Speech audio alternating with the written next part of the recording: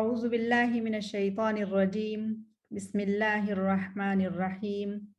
الحمد للہ رب العالمین وصلی اللہ علی نبینا محمد وعلی آلہ واصحابہ اجمعین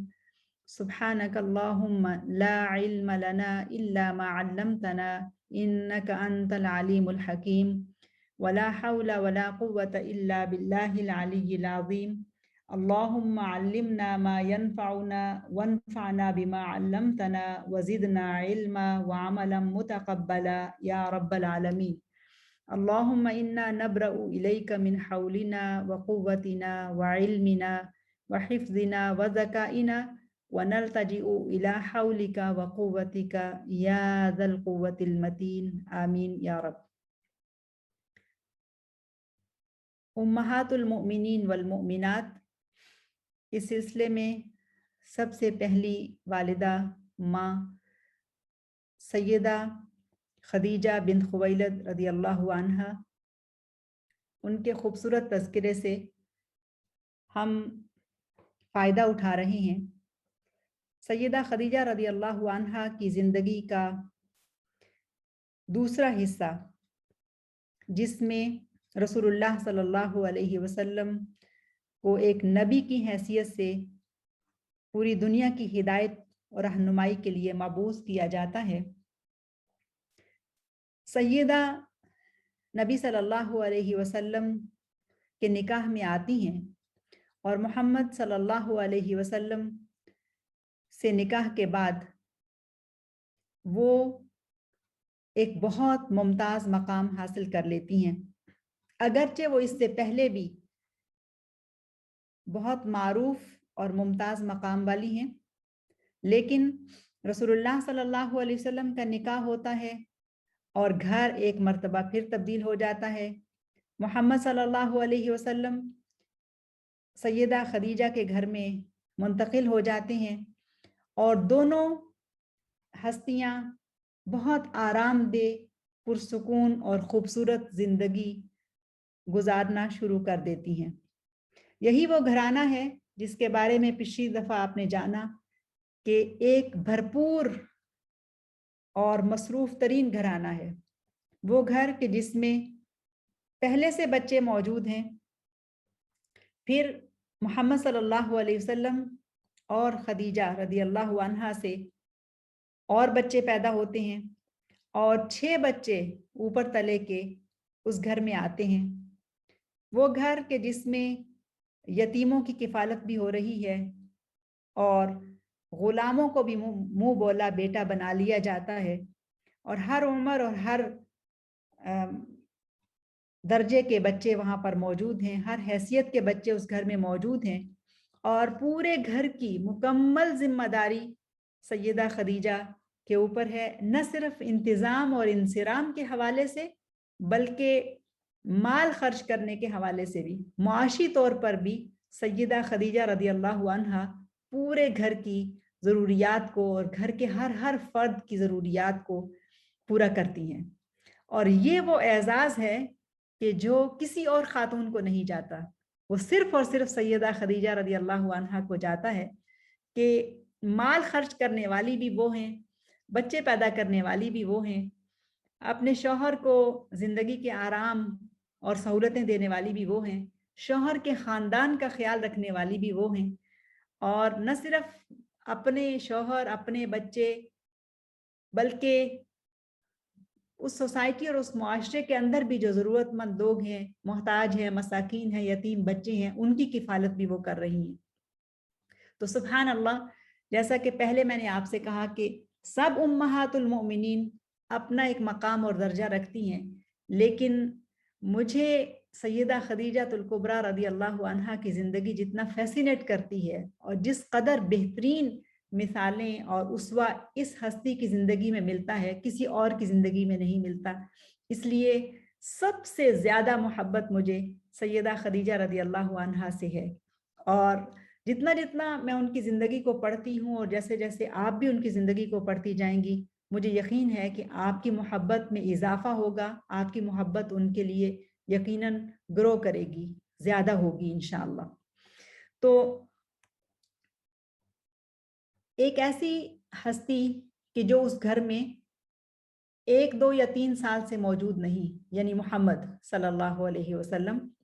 بلکہ اپنی زندگی کا کافی سارا حصہ 13 14 سال وہ اس گھر کے اندر گزار چکے ہیں، اور ایک پرسکون اور صحت مند زندگی اپنی فیملی کے ساتھ، اپنے عائلہ کے ساتھ گزار رہے ہیں۔ پھر کیا ہوتا ہے کہ سیدہ خدیجہ اس بات کو محسوس کرتی ہیں کہ رسول اللہ صلی اللہ علیہ وسلم، محمد صلی اللہ علیہ وسلم کچھ تنہائی پسند ہوتے جا رہے ہیں، لوگوں سے ملنا جلنا کم ہو رہا ہے، غور و فکر میں زیادہ وقت گزارتے ہیں، سوچوں میں ڈوبے رہتے ہیں، اور اکثر ان کی کوشش ہوتی ہے کہ وہ الگ رہیں اور غور و فکر کرتے رہیں۔ اس تبدیلی کو سیدہ محسوس کرتی ہیں، اور کیوں نہ کریں، سیدہ کی بصیرت تو بہت ہی اعلیٰ درجے کی ہے، وہ اس تبدیلی کو پہچان لیتی ہیں، اور اس تبدیلی کو پہچان کر مکہ کی اس وہمی سوسائٹی میں وہ کسی وہم کا شکار ہونے کے بجائے کہ شاید میرے شوہر کے اوپر جنات کا سایہ ہو گیا ہے، شاید کوئی جادو کسی نے کر دیا ہے، شاید کچھ اور طرح کی ایسی کسی کاہنہ نے کچھ ایسے کر دیا ہے، نظر بد ہو گئی، یعنی اس طرح کے جتنے بھی وہم ہو سکتے ہیں وہ اس سوسائٹی میں موجود تھے، لیکن سیدہ لمحہ بھر کے لیے بھی وہ کسی بھی وہم کا شکار نہیں ہوتی ہیں، بلکہ انہوں نے رسول اللہ صلی اللہ علیہ وسلم کو بحیثیت شوہر اس طرح سے اسٹڈی کیا ہے کہ وہ ان کو اتنا اچھی طرح سے جان گئی ہیں کہ وہ اس طرح کے کسی وہم کو ان سے بالکل بھی متعلق نہیں کر سکتی ہیں۔ وہ اپنے اس سوچ میں، اپنے اس انداز میں بہت واضح ہیں کہ ان کے شوہر محمد صلی اللہ علیہ وسلم وہ کبھی بھی کسی ایسی چیز کا شکار نہیں ہو سکتے ہیں۔ اور وحی کا آغاز سچے خواب کی شکل میں ہوتا ہے، اور الرؤیا الصادقہ میں جبرائیل نبی صلی اللہ علیہ وسلم کے پاس آنا شروع کر دیتے ہیں، اگرچہ ابھی وحی باقاعدہ طور پر نہیں اتری، لیکن جبرائیل امین کی ملاقات رسول اللہ صلی اللہ علیہ وسلم کے ساتھ خوابوں میں شروع ہو جاتی ہے۔ اور کیا ایسا ممکن ہے کہ ہم سوچیں کہ رسول اللہ جو خواب دیکھتے تھے وہ اپنی زوجہ کے ساتھ ان کو شیئر نہ کرتے ہوں؟ وہ خواب دیکھتے تھے اور وہ خواب سچے خواب ہوتے تھے، اور وہ ان خوابوں کو اپنی زوجہ محترمہ کے ساتھ شیئر کرتے تھے، اس لیے کہ وہ خواب رسول اللہ کو بے چین کر دیا کرتے تھے، پریشان کر دیا کرتے تھے۔ کیوں؟ کہ وہ اتنے سچے ہوتے تھے کہ جیسے صبح صادق سچی ہوتی ہے۔ اور سیدہ عائشہ رضی اللہ عنہا کہتی ہیں کہ اول ما بدأ به رسول اللہ من الوحی الرؤیا الصادقہ فی النوم فکان لا یرا رؤیا الا جاءت مثل خلق الصبح مثل فلق الصبح ثم حبب الیہ الخلا۔ بعد میں سیدہ عائشہ رضی اللہ عنہا نبی صلی اللہ علیہ وسلم سے واقعات اور حالات کو سننے اور جاننے کے بعد اس کیفیت کو ان الفاظ میں بیان کرتی ہیں، اور یہ صحیح البخاری کی حدیث ہے کہ رسول اللہ صلی اللہ علیہ وسلم پر وحی کا آغاز جو ہے وہ رؤیا صادقہ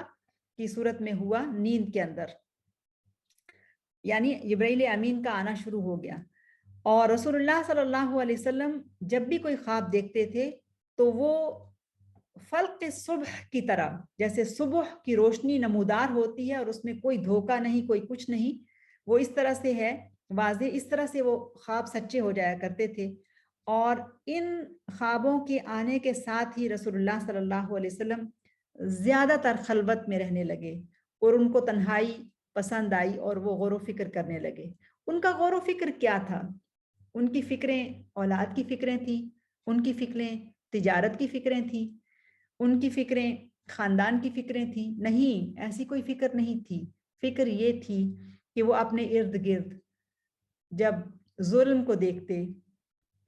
جب لوٹ کھسوٹ کو دیکھتے، جب قتل و غارت کو دیکھتے، جب بچوں کو اغوا ہوتے دیکھتے، اور جب وہ یہ دیکھتے کہ کعبۃ اللہ جو کہ اللہ کا گھر ہے اس کے اندر بھی بت موجود ہیں اور ان بتوں کی عبادت ہو رہی ہے، ان کے سامنے قربانیاں پیش کی جا رہی ہیں، ان بتوں کے سامنے سجدے ہوتے ہیں، ان بتوں پر نظر و نیاز پیش کی جاتی ہے، ان بتوں سے حاجات مانگی جاتی ہیں، تو وہ بے چین ہو جاتے، وہ کہتے کہ کیسے ہو سکتا ہے کہ ایک اللہ کا گھر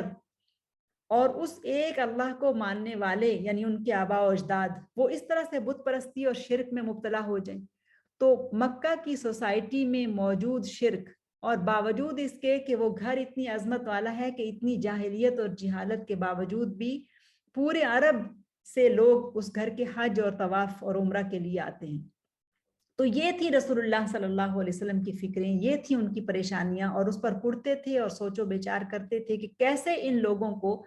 توحید کی طرف بلایا جائے، کیسے ان ماننے والوں کو کہ جو اللہ تعالیٰ کے گھر کے وارث ہیں اور وہ وہاں پر آباد ہیں اور گھر بھی موجود ہے، گھر کی تعظیم بھی موجود ہے، لیکن اس کے باوجود شرک ہے اور شرکیہ افعال ہیں اور قتل و غارت گری ہے اور ظلم کا بازار گرم ہے، تو کیسے ان لوگوں کو اس سے بچایا جائے۔ تو یہ تھی محمد صلی اللہ علیہ وسلم کی فکریں اور یہ ان کی بے چینی اور پریشانی تھی۔ تو اسی حال میں جبریل امین ملاقات کے لیے آنے لگے خواب میں۔ تو سیدہ نے اس وقت کیا کردار ادا کیا؟ اب ایک ایک پوائنٹ کو آپ سوچیں اور غور و فکر کریں، اور یہ پوائنٹس ہیں جو میں آپ کو دے رہی ہوں، اس کے بعد آپ کے لیے بہت سارا کام ہے کہ ایک ایک نقطے کے اوپر خود سوچئے اور اس میں سے اپنے لیے عملی نکات نکالیے۔ اب اگر کوئی عام عورت ہوتی تو وہ کہتی کہ اچھا بھلا تو شوہر تھا، انہیں کیا ہو گیا،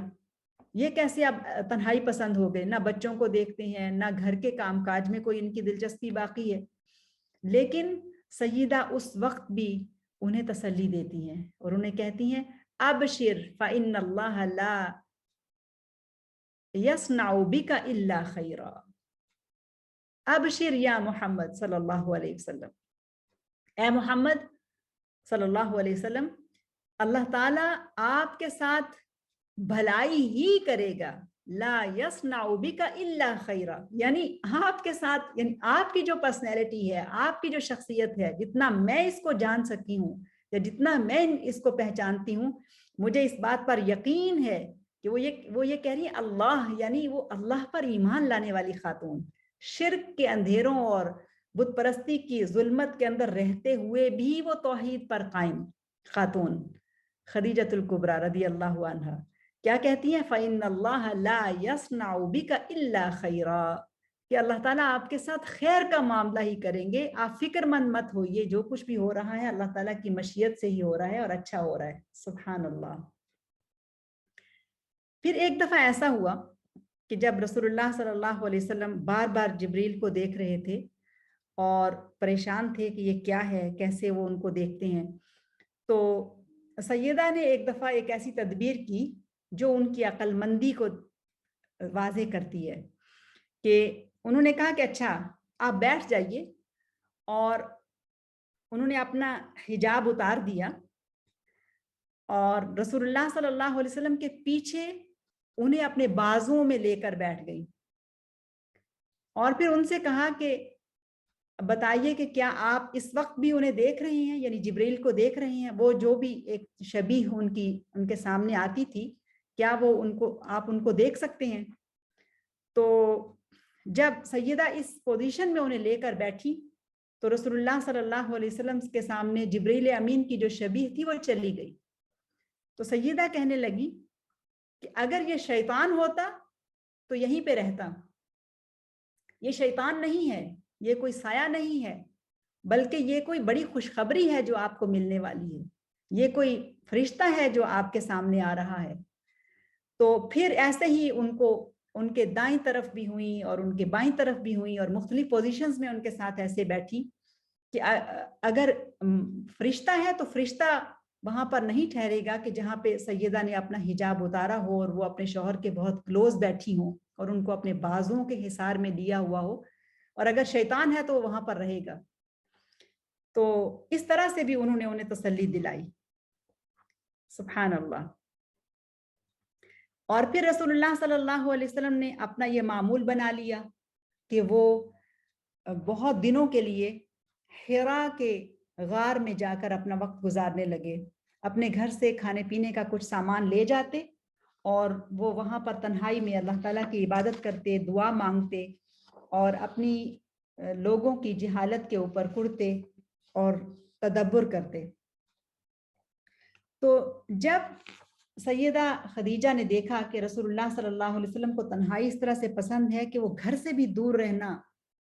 پسند کرتے ہیں اور وہ جب چلے جایا کرتے تھے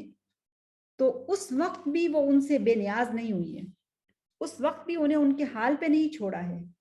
بلکہ وہ مسلسل ان کی لک آفٹر کرتی تھی, ان کی دیکھ بھال کرتی تھی اور ان پر نظر رکھے ہوئے تھی. اور کبھی اپنے کسی غلام کے ذریعے سے دیکھتی, پوچھواتی, پتہ کرتی کہ کیا واقعی ان کے پاس سب چیزیں موجود ہیں, پانی اور کھانا موجود ہے. رسول اللہ صلی اللہ علیہ وسلم چند دنوں کا راشن ساتھ لے جاتے تھے اور عبادت میں مصروف رہتے. جب راشن ختم ہونے لگتا تو حرا سے اتر کر گھر آتے, کچھ وقت اپنے گھر گزارتے اور پھر دوبارہ سے اپنی چیزیں لے کر حرا میں چلے جایا کرتے تھے. تو اس سارے وقت کے دوران کبھی کوئی شکوہ, کوئی شکایت, کوئی ناراضی, بلکہ سپورٹ اس طرح کی دی کہ مسلسل ان کی کیئر میں لگی ہوئی ہے. یہاں تک کہ ایک واقعہ حدیث میں ایسا بھی ملتا ہے اور غالباً یہ وحی کے مل جانے کے بعد کا ہے کہ جب سیدہ ان کو کھانا پہنچانے کے لیے ان کے پاس جایا کرتی تھی, تو یہ واقعہ یہ بتاتا ہے کہ یہ صرف وحی مل جانے کے بعد نہیں بلکہ اس سے پہلے بھی سیدہ نے ایسا کیا ہوگا. کیوں؟ اس لیے کہ سیدہ نے نہ صرف اس کام کو اپنے شوہر کی خدمت کو اپنے نوکروں پہ چھوڑا, جبکہ وہ اتنی مالدار تھی اور ان کے گھر میں خادم اور غلام موجود تھے جو یہ کام کر سکتے تھے, وہ خود نبی صلی اللہ علیہ وسلم کا احوال پوچھنے کے لیے حرا جایا کرتی تھی. اور آپ میں سے اگر کسی نے حرا کے بارے میں جانا ہے یا پڑھا ہے یا ممکن ہے کسی نے دیکھا بھی ہو, اور ہم میں سے کون کون ہے کہ جو کعبۃ اللہ گیا ہے اور حرا کے پہاڑ کو بھی دور سے جا کے دیکھا ہے, لیکن یہ ہمت کی ہو کہ وہ اس کے اوپر چڑھے, اور وہ اچھا خاصا 2-2.5 گھنٹے کا سفر ہے اوپر جانے کا. اور اندازہ لگائیے کہ سیدہ کی عمر اس وقت تقریباً 55 سال ہے, 55 سال کی عمر ہے, اور اس میں وہ یہ کام کسی اور سے نہیں کرواتی بلکہ خود رسول اللہ صلی اللہ علیہ وسلم کے لیے کھانا وہاں لے کر پہنچتی ہیں اور ان کو ملنے کے لیے وہاں پر جاتی ہیں اور اپنی آنکھوں سے ان کو دیکھنا چاہتی ہیں کہ کیا وہ صحیح ہیں, کیا ان کو کسی اور چیز کی ضرورت تو نہیں ہے. اس حد تک اپنے شوہر کی حمایت اور ان کی دیکھ بھال, کیا اس کی کوئی مثال اور نظیر ملتی ہے؟ سبحان اللہ. تو جب وحی مل گئی تو اس کے بعد ایک دفعہ, چونکہ آپ کو پتہ ہے فترۃ الوحی یعنی پہلی وحی اور دوسری وحی میں ایک فاصلہ تھا اور کافی لمبا وقفہ آیا تھا, تو اس میں پھر رسول اللہ صلی اللہ علیہ وسلم مزید پریشان اور بے چین رہنے لگے کہ کب مجھے دوبارہ سے وحی ملے گی. تو اسی دوران رسول اللہ صلی اللہ علیہ وسلم ایک دفعہ حرا میں تھے, تو جبریل علیہ السلام ان کے پاس آئے, اور یہ حدیث میں آپ کو سناتی ہوں. اتا جبریل الی النبی مرۃ فقال یا رسول اللہ هذه خدیجۃ قد اتتک معها اناء فیہ ادام او طعام او شراب فاذا هی اتتک فاقرأ علیها السلام من ربها عز وجل ومنی وبشرها ببیت فی الجنة من قصب لا صخب فیہ ولا نصب. ایک دفعہ جبریل نبی صلی اللہ علیہ وسلم کے پاس آئے اور کہا یا رسول اللہ ہادی خدیجہ, یہ جو آنے والی خاتون ہے جو پہاڑ چڑھتی ہوئی آ رہی ہے یہ خدیجہ ہے, یہ آپ کے پاس آ رہی ہے اور ان کے ہاتھ میں ایک برتن بھی ہے. سبحان اللہ, کتنا مکمل نقشہ جبریل امین کھینچتے ہیں سیدہ کے بارے میں کہ وہ آ رہی ہیں, پہاڑ چڑھ رہی ہیں اور اپنے ہاتھ میں ایک برتن بھی لیے ہوئے ہیں اور جس کے اندر ادام او طعام او شراب, یا سالن ہے یا کھانا ہے یا اس میں پینا ہے, یعنی انہوں نے کھانے پینے کی کوئی چیز اٹھائی ہوئی ہے اور وہ لیے ہوئے آ رہی ہیں. اور جب وہ آپ کے پاس آ جائیں تو پھر فقرا علیہ السلام من ربها,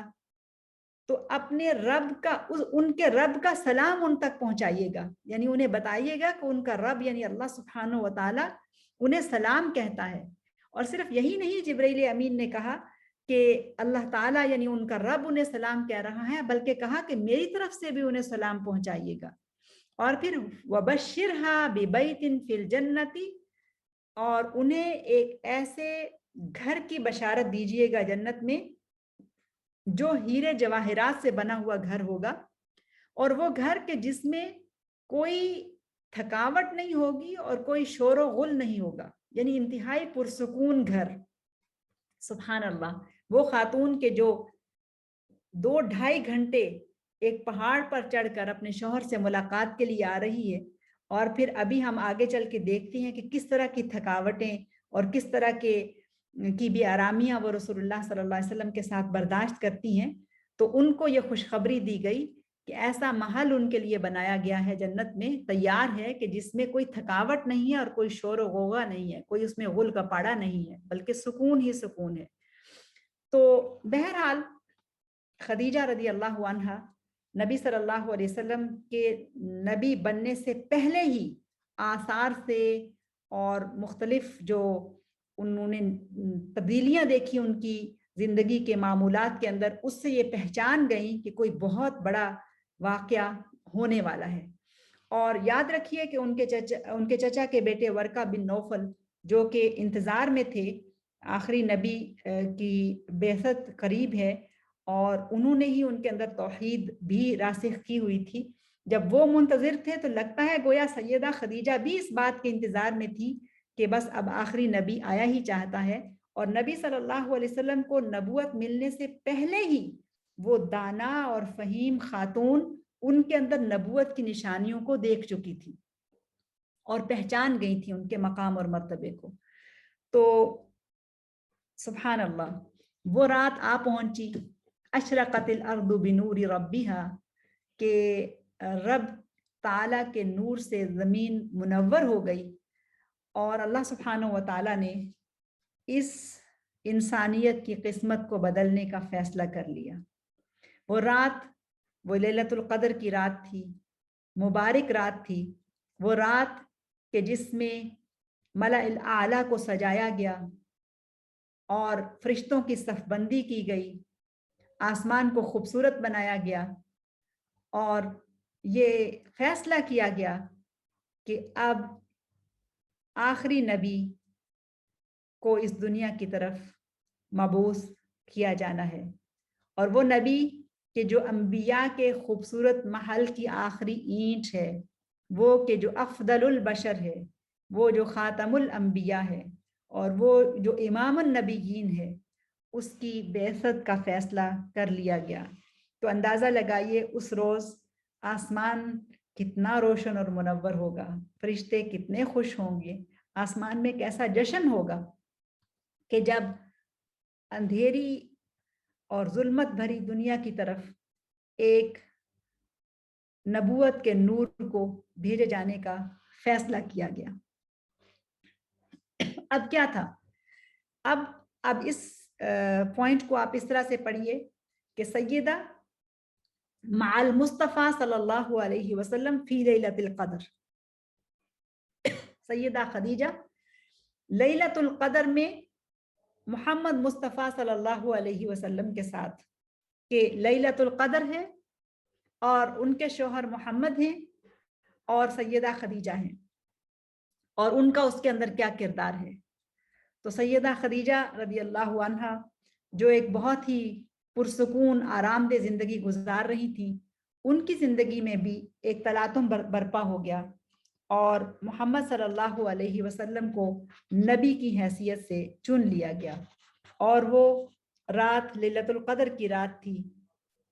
اور اس میں قرآن مجید کی یہ عظیم سورہ اتری۔